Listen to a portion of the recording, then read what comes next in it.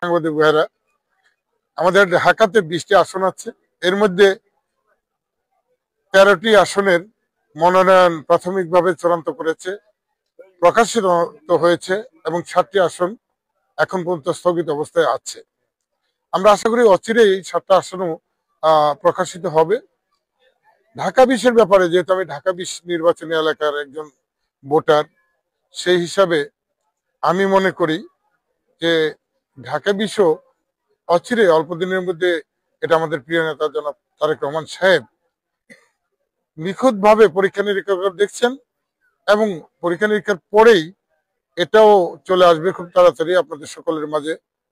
আমি আশাবাদী, আমি আশা করি আমরাই মানুষের যে প্রত্যাশা, বিশেষ করে বিএনপি এবং বিএনপির সমর্থক গোষ্ঠীর যে প্রত্যাশা, সেই প্রত্যাশা অনুযায়ী ইনশাল্লাহ এই মনোনয়ন আমাকেই দেওয়া হবে।